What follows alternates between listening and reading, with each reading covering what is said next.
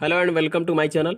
साप्ताहिक current affairs MCQ का दूसरा सीरीज है जो संपादकीय घटनाक्रमों पर आधारित परीक्षा उपयोगी वस्तुनिष्ठ प्रश्नों का संकलन है। तो चलिए देखते हैं आज का पहला प्रश्न। भारत ने वर्ल्ड हेरिटेज लिस्ट 2020 के लिए किन दो विरासत स्थलों की सिफारिश की है? ऑप्शन है शेरशाह का मकबरा तथा स्वामीनारायण अक्षरधाम मंदिर, हड़पन शहर धौलावीरा तथा दक्कन सल्तनत का स्मारक व किला, दक्षिणेश्वर मंदिर तथा लक्ष्मी विलास महल, मुरुद जंजीरा किला तथा हम्पी का स्मारक समूह। आंसर है हड़पन शहर धौलावीरा तथा दक्कन सल्तनत का स्मारक व किला। विश्लेषण क्या है? सांस्कृतिक विरासत स्मारकों के महत्व के बारे में जागरूकता बढ़ाने एवं उनका संरक्षण करने के उद्देश्य से प्रत्येक वर्ष 18 अप्रैल को विश्व विरासत दिवस मनाया जाता है। इस वर्ष के लिए विश्व धरोहर की थीम है साझा संस्कृति, साझा विरासत और साझा जिम्मेदारी। दक्कन सल्तनत के स्थल हैं जिन्हें वर्ल्ड हेरिटेज लिस्ट के लिए नामांकित किया गया है।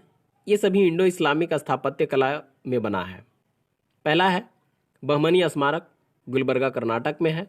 दूसरा बहमनी तथा बरीद शाही स्मारक बिदर कर्नाटक में है। तीसरा आदिल शाही स्मारक बीजापुर कर्नाटक में है। चौथा कुतुब शाही स्मारक हैदराबाद तेलंगाना में स्थित है। धौलावीरा खादिर आइलैंड पर कच्छ के रण में स्थित है जो उत्तर में मंसार तथा दक्षिण में मनहार नदी के मध्य है। वर्तमान में भारत के कुल 38 विश्व विरासत स्थल हैं, 30 सांस्कृतिक विरासत स्थल, 7 प्राकृतिक विरासत स्थल तथा 1 मिश्रित विरासत स्थल है जो खंगचेंदजोंगा नेशनल पार्क सिक्किम में है। चलिए नेक्स्ट प्रश्न देखते हैं। भारत का पहला हिम तेंदुआ संरक्षण केंद्र किस राज्य में बनाए जाने की घोषणा की गई है? ऑप्शन है हिमाचल प्रदेश, उत्तराखंड, अरुणाचल प्रदेश, जम्मू कश्मीर। आंसर है उत्तराखंड। विश्लेषण क्या है? भैरव घाटी ब्रिज के समीप स्थित लंका में हिम तेंदुआ संरक्षण केंद्र बनाया जाएगा जो उत्तरकाशी फॉरेस्ट डिवीजन में स्थित है। इसे उत्तराखंड वन विभाग तथा संयुक्त राष्ट्र विकास कार्यक्रम के द्वारा सिक्योर हिमालय प्रोजेक्ट के तहत बनाया जाएगा। सिक्योर हिमालय प्रोजेक्ट क्या है? सिक्योर हिमालय प्रोजेक्ट भारत सरकार द्वारा 2017 में लॉन्च किया गया था जिसका उद्देश्य वन संसाधन व जैव विविधता को संरक्षित करना है। यह उच्च हिमालयी क्षेत्रों को कवर करता है। हिम तेंदुआ की स्थिति क्या है? IUCN स्टेटस संकटापन है। Indian wild life protection act 1972 में शेड्यूल फर्स्ट में रखा गया है। साइट्स शेड्यूल फर्स्ट में रखा गया है। चलिए देखते हैं नेक्स्ट प्रश्न क्या है। हाल ही में सुनामी के दौरान आपातकालीन स्थिति से सफलतापूर्वक निपटने के कारण यूनेस्को ने भारत के किस राज्य को सुनामी रेडी समुदाय के रूप में मान्यता प्रमाण पत्र प्रदान किया है? ऑप्शन है आंध्र प्रदेश, केरल, ओडिशा, पश्चिम बंगाल। आंसर है ओडिशा। विश्लेषण क्या है? यूनेस्को द्वारा ओडिशा के जगत सिंहपुर जिले के गंजम और मोलियासाही में वेंकटारायपुर को सुनामी के दौरान निपटने की तैयारियों के लिए सुनामी रेडी समुदाय के रूप में प्रमाण पत्र प्रदान किया है। ओडिशा राज्य आपदा प्रबंधन प्राधिकरण 2 गांवों में सुनामी रेडी कार्यक्रम लागू करने वाला देश में पहला राज्य बन गया है। वहीं भारत हिंद महासागरीय क्षेत्रों में ऐसा कार्यक्रम लागू करने वाला प्रथम देश बन गया है। चलिए देखते हैं नेक्स्ट प्रश्न क्या है। सुरक्षा राष्ट्रीय पोर्टल का संबंध किससे है? ऑप्शन है जनजाति लोगों की सुरक्षा से, मानव हाथी के संघर्ष से, कोरोना वायरस के उपचार से, शिक्षण संस्थान के वित्तीय बोझ से।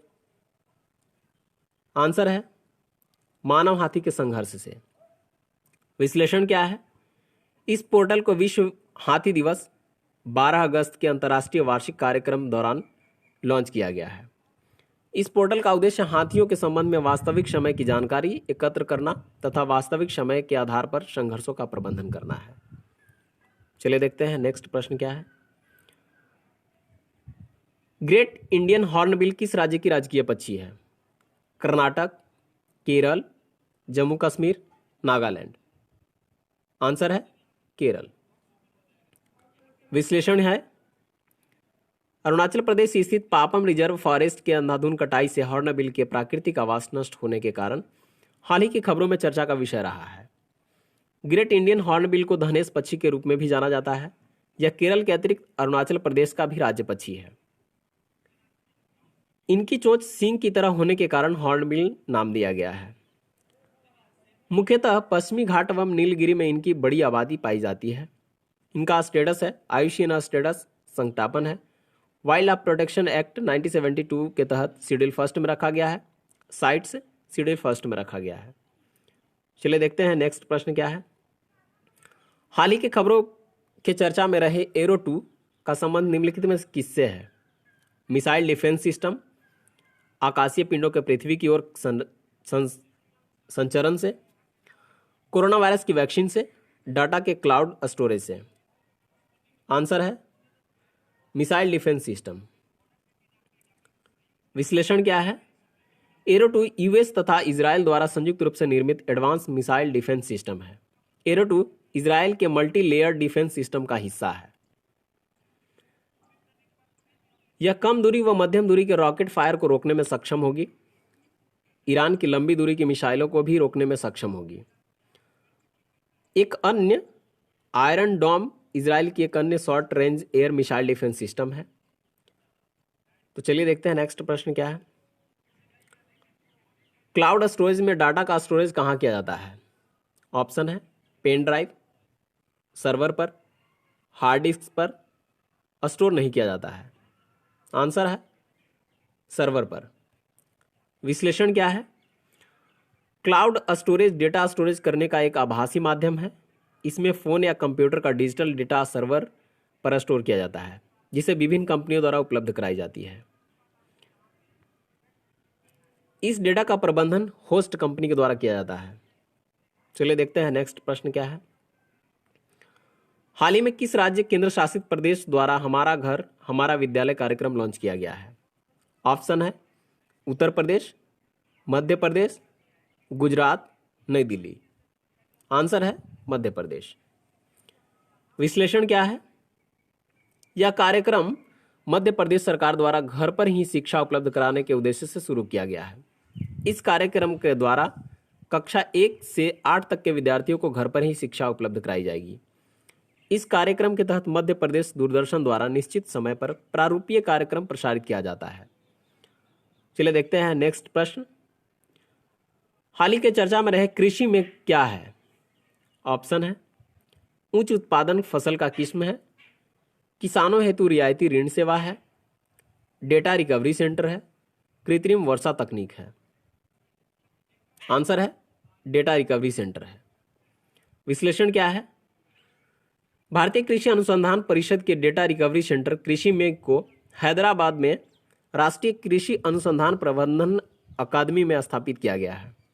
इसका मुख्य उद्देश्य सरकार के प्रमुख कृषि अनुसंधान परिषद के महत्वपूर्ण आंकड़ों को सुरक्षित करना है। इसे भारत व विश्व बैंक द्वारा वित्त पोषित किया गया है। नोट, इस सीरीज की कुल 5 वीडियोस आएंगी। यह सेकेंड वीडियोस था, इसलिए आप इस चैनल को सब्सक्राइब करें। लेक्चर सुनने के लिए थैंक यू वेरी मच।